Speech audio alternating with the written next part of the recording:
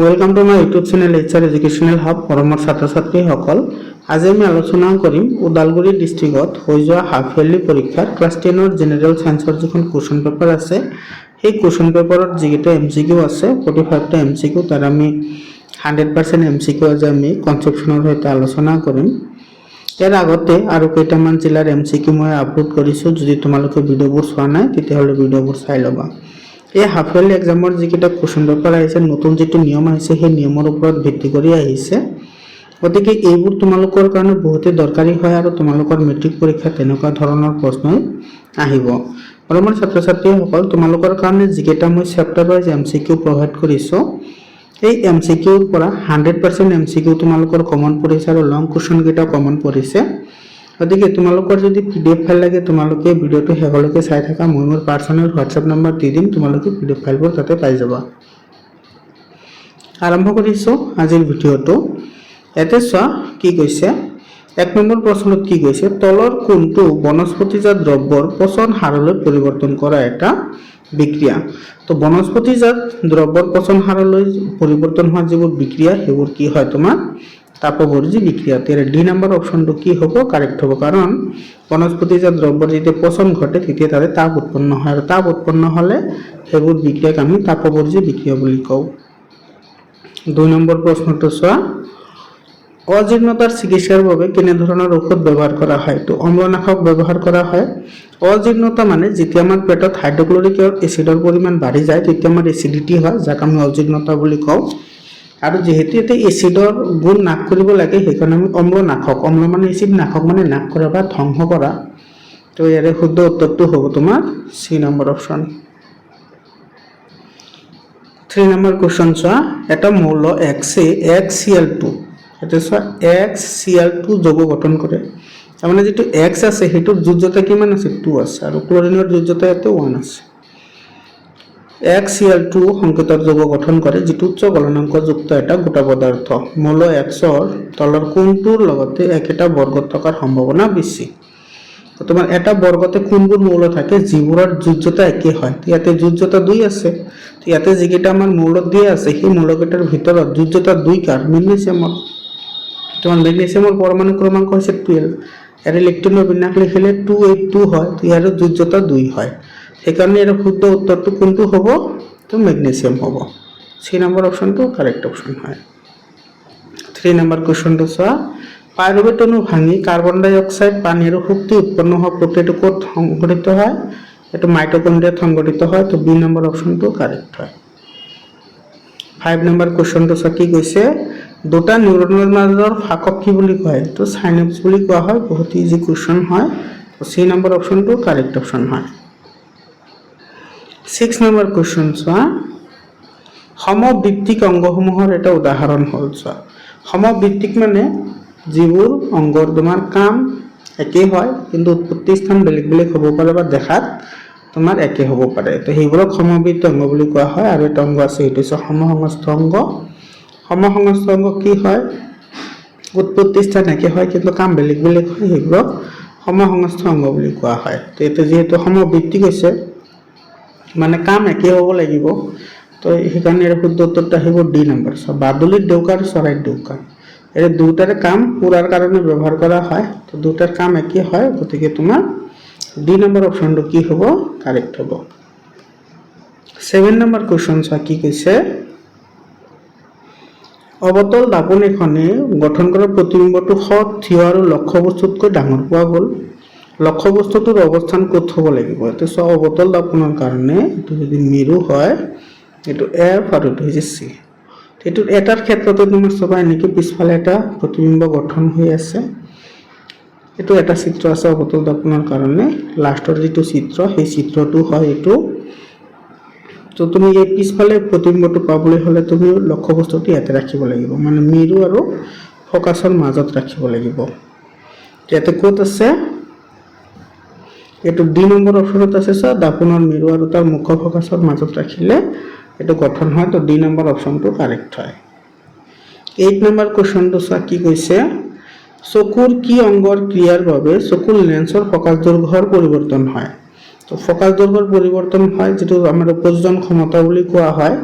তো সেইটো কোনে নিয়ন্ত্ৰণ কৰে চিলিয়াৰী পেশী তেতিয়াহ'লে এই নম্বৰ অপশ্যনটো কাৰেক্ট হ'ব 9 নম্বৰ কুৱেশ্যনটো চোৱা পানী গৰম কৰিবলৈ সৌৰ জল হিটাৰ এটা ব্যৱহাৰ কৰিব ইয়াতে নোৱাৰাৰ দিনটো হৈছে মানে কেতিয়া আমি ইউজ কৰিব নোৱাৰো তো যেতিয়া তোমাৰ কি থাকে ডাৱৰীয়া দিন থাকে ডাৱৰীয়া দিনত সূৰ্যৰ পোহৰ কম থাকে তো তেতিয়া তোমাৰ তাপ কম উৎপন্ন হয় তাহলে বি নাম্বাৰ অপশনটো কাৰেক্ট অপশন 10 নাম্বাৰ কোশ্চেন চোৱা আয়ৰন অক্সাইড আৰু এলুমিনিয়ামৰ মাজত বিক্ৰিয়া ঘটি এলুমিনিয়াম অক্সাইড আৰু আয়ৰন উৎপন্ন হৈছে তাতে আয়ৰনক কি কৰি দিছে সেপাৰেট কৰিছে তো সেপাৰেট কৰিলে হেতু কি বুলি কয় অপহৰণ বিক্ৰিয়া বুলি কোৱা হয় এৰে ডি নাম্বাৰ অপশনটো কাৰেক্ট হ'ব এটো এটা অপহৰণ বিক্ৰিয়া হয় 11 নাম্বাৰ কোশ্চেন চোৱা বেকিং সোডাৰ সূত্ৰ বেকিং সোডা কাক কয় তো সোডিয়াম হাইড্ৰোজেন কাৰ্বনেটক এটো বেকিং সোডা বলি কোৱা হয় আৰু অ্যালকালি কি হয় 12 নম্বৰ কোশ্চেন অ্যালকালি কি হয় অ্যালকালি সেইবোৰক কোৱা হয় যিবোৰ তোমাৰ কি হয় পানী দ্ৰৱীভূত হয় তো এটো সি নম্বৰ প্ৰশ্নটো কাৰেক্ট হ'ব সি নম্বৰ অপশনটো ক্ষাৰক যিবোৰ পানী দ্ৰৱীভূত হয় 13 নম্বৰ কোশ্চেন চোৱা সিলিকন বোরন জার্মেনিয়াম এইকেটা এই চিহ্নযুক্ত মৌল তিনিটা এই গুটেকেটা কি হয় ধাতুকল্প হয় তোমার ধাতুকল্প আছে 7টা এই 7টা তুমি বাছি জানটি টেবল হিসাবে মনত রাখিব পারা এটো হইছে তোমার boron silicon germanium arsenic antimony এটো টেলোরিয়াম আর কি আছে পলোনিয়াম আছে এইকেটা হইছে আসলে অ্যান্টিমনি টো এসবি হয় অ্যান্টিমনি এইকেটা এটা boron silicon germanium arsenic antimony tellurium আর পলোনিয়াম এই 7টা হইছে ধাতুকল্প সেইবোৰক কোৱা হয় যিবোৰে ধাতু আৰু ধাতু দুটাৰে ধৰ্ম প্ৰদৰ্শন কৰে ইয়াতে তোমাৰ সিলিকন বোৰন আৰু জার্মেনিয়াম আছে গুটেকেটা কি হ'ব ধাতুকল্প হ'ব তো বি নম্বৰ অপশনটো কাৰেক্ট হয় 14 নম্বৰ কোশ্চন চা কি কৈছে এটা পৰমাণুৰ ইলেক্ট্ৰনৰ বিন্যাস 287 দিয়া আছে মৌলটোৰ নাম কি এইকেটা যোগ কৰি দে এইকেটা ইলেক্ট্ৰনৰ বিন্যাস যোগ কৰি দিলে ইলেক্ট্ৰন পাই যাম আমি 287 এটো হল কিমান 17 এতিয়া ইলেক্ট্ৰন 17 কাৰ আছে ক্লোৰিনৰ আছে এটো ডি নম্বৰ অপশনটো কাৰেক্ট হয় ক্লোৰিন आंसर হ'ব 15 নম্বৰ কোশ্চন আছে মানুহৰ স্বাভাৱিক সিস্টোলিক চাপ কিমান সিস্টোলিক চাপ হৈছে তোমাৰ 120 মিলিমিটাৰ পাৰা আৰু যেটো তোমাৰ ডায়াস্টোলিক চাপ হেতু হৈছে 80 আৰু যেটো নৰমাল যেটো ব্লাড প্ৰেসাৰ এটা হৈছে তোমাৰ 120/80 এটো মিলিমিটাৰ পাৰা তো মনত ৰাখিবা 16 নম্বৰ কোশ্চন চোৱা তলৰ কোনটো উৎসেচকে চৰ্বি ভাঙি পেলোৱাৰ বাবে দায়ী তো চৰ্বিৰ মানে ভাঙি পেলা ব্ৰেকডাউন কৰে কোনে কৰে এটো ট্ৰিপসিনে কৰে আৰু যেটো তোমাৰ পেপসিন আছে পেপসিনে তোমাৰ চৰ্বিসমূহ সংশ্লেষণ কৰে এটা তোমার এই নাম্বারটো কারেক্ট হয় যদি তোমার অপশন দুটা দিয়ে থাকে যে এ আর সি দুইটা কারেক্ট দিতে হলে তুমি দুইটা কারেক্ট হবে এর পিছৰ প্ৰশ্নটো চোৱা 17 নম্বৰ কোশ্চন কটা বা আঘাতত তেজ গোট মারা সহায় করে কোনে এটো প্লেটলেটসে সহায় করে এটো বহুত ইম্পর্টেন্ট একটা কোশ্চন হয় আর যেটো ডব্লিউবিসি আছে এটা আমার অ্যান্টিবডি গঠনত সহায় করে এটো মনত রাখিব এটো আহে পরীক্ষাত যেটো ডব্লিউবিসি আছে ডব্লিউবিসি তোমার অ্যান্টিবডি গঠনত সহায় করে আর আমার রোগ নিবারণত সহায় করে আর যেটো আরবিসি আছে তাতে তোমার যেটো হিমোগ্লোবিন থাকে সেই হিমোগ্লোবিনে তেজ পরিবহনত সহায় করে যার বরণ হচ্ছে রেড রঙা এর কারণে তেজৰ বৰণটো কি হয় ৰঙা হয় 18 নম্বৰ কোশ্চনত কি কৈছে চোৱা পাতৰ পৰা গছৰ অন্যান্য অংশলৈ খাদ্য পৰিবহন কৰা প্ৰক্ৰিয়াটো কি বুলি কোৱা হয় স্থানান্তৰণ বুলি কোৱা হয় তাৰ পিছত 19 নম্বৰ কোশ্চনটো চোৱা উদ্ভিদৰ কোষ বিভাজনৰ বাবে কোনটো হৰমন দায়ী তো সাইটোকাইনিন হৈছে কোষ বিভাজনত সহায় কৰা এটা হৰমন অক্সিজেনে উদ্ভিদৰ বৃদ্ধি কৰাত সহায় কৰে জিবাৰেলিনে কাণ্ডবোৰ মজবুত হোৱাত সহায় কৰে আৰু এপসাইচিক এসিডে উদ্ভিদৰ বৃদ্ধিত বাধা দিয়ে লগতে পাত হৰিবৰাটো সহায় কৰে মনত ৰাখিবা এটো গোটেইকেইটাৰ কাম বহুত ইম্পৰ্টেন্ট হয় 20 নম্বৰ কোশ্চন কি কৈছে চোৱা তলৰ কোনটো গ্ৰন্থিয়ে থাইৰক্সিন হৰমন নিৰ্গত কৰে থাইৰক্সিন হৰমোন নিৰ্গত কৰে তোমাৰ থাইৰয়েড গ্ৰন্থিয়ে এটাৰ একটা কথা মনত ৰাখিবা থাইৰক্সিনেৰ অভাব হলে গড়ৰ বেমাৰ হয় থাইৰক্সিনেৰ অভাব হলে গড়ৰ বেমাৰ হয় তো মনত ৰাখিবা 21 নম্বৰ কোশ্চন কি কৈছে মানুহৰ শৰীৰত কিমান জোৰ যৌন ক্ৰমোজোম থাকে মানুহৰ শৰীৰত টোটাল ক্ৰমোজোম থাকে 23 জোৰ এৰে তোমাৰ 22 জোড়াবাতি থাকে, এযোৰ তোমাৰ জোড়াবাতি নাথাকে আৰু সেই এযোৰক যৌন ক্ৰমজম বুলি কোৱা হয়। তাৰমানে যৌন ক্ৰমজম কেইযোৰ থাকে, এযোৰ থাকে। তো এৰে তোমাৰ সি নম্বৰ অপশনটো কাৰেক্ট হ'ব এযোৰ। 22 নম্বৰ কোৱেশ্চন কি কৈছে, প্ৰাকৃতিক নিৰ্বাচনৰ দ্বাৰা প্ৰজাতিৰ বিবৰ্তনৰ ধাৰণাটো প্ৰণয়ন কৰিছিল, কোনে কৰিছিল? চাৰ্লছ ডাৰউইনে কৰিছিল। এটা কথা মনত ৰাখিবা, যিটো বিবৰ্তনৰ যিবোৰ সূত্ৰ সেইবোৰ ডাৰউইনে দিছে আৰু বংশগতিৰ যিবোৰ সূত্ৰ সেইটো গ্ৰেগৰ জোহান মেণ্ডেলে দিছে। ইয়াৰ পিছত 23 নম্বৰ কুৱেশ্যন চোৱা কি কৈছে, অভিধানত থকা সৰু আখৰ পঢ়িবলৈ তুমি কেনেধৰণৰ লেন্স ব্যৱহাৰ কৰিবা? চোৱা, যিটো উত্তল লেন্স আছে, উত্তল লেন্সৰ সহায়ত আমি ওচৰৰ বস্তুবোৰ ডাঙৰকৈ চাব পাৰি। তো লেন্সটোতো উত্তলে হ'ব, কিন্তু ইয়াতে যিকেইটা ফকাছ দৈৰ্ঘ্য দিয়া আছে, সেইটো 50, এইটো 50, ইয়াতে আছে 5 সেন্টিমিটাৰ, যিটো উত্তল লেন্স দিয়া আছে সেইটোও নহয়। তো বাকী হ'ল চি নম্বৰটো। তেতিয়া চি নম্বৰ অপশ্যনটো কাৰেক্ট হ'ব। কাৰণ কি, তোমাৰ ফকাছ দৈৰ্ঘ্য যিমানে কম হয় তাৰ পাৱাৰ সিমানে বাঢ়ে, ক্ষমতা। লেন্সৰ ফকাছ দৈৰ্ঘ্য কমিলে লেন্সৰ ক্ষমতা বাঢ়ে। কিয় বাঢ়ে? কাৰণ তোমাৰ পি ইকুৱেলটো কি হয়, 1/f হয়। তাৰমানে ক্ষমতা হৈছে ফকাছ দৈৰ্ঘ্যৰ প্ৰতিক্ৰম। সেইকাৰণে ফকাছ দৈৰ্ঘ্য বাঢ়িলে ক্ষমতা কমে আৰু ফকাছ দৈৰ্ঘ্য কমিলে ক্ষমতা বাঢ়ে। তেতিয়া যিকেইটা অপশ্যন দি আছে, যাৰ ফকাছ দৈৰ্ঘ্য কম হ'ব সেইটোৱে শুদ্ধ উত্তৰ হ'ব। তেতিয়া চি নম্বৰ অপশ্যনটো কাৰেক্ট হয়। আৰু লেন্সটো তুমি চাব লাগিব, লেন্সটো হ'ব উত্তল লেন্স।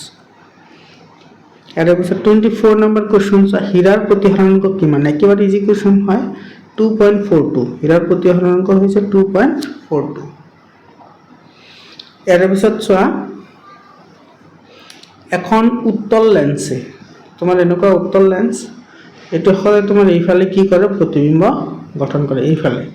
তো তোমাৰ এই তলফালে হ'লে তোমাৰ সদায় কি হ'ব, অখত হ'ব। তো ইয়াতে কোনটো অপশ্যন কাৰেক্ট হ'ব? সেইটো বি নম্বৰ অপশ্যনটো কি হ'ব, কাৰেক্ট হ'ব।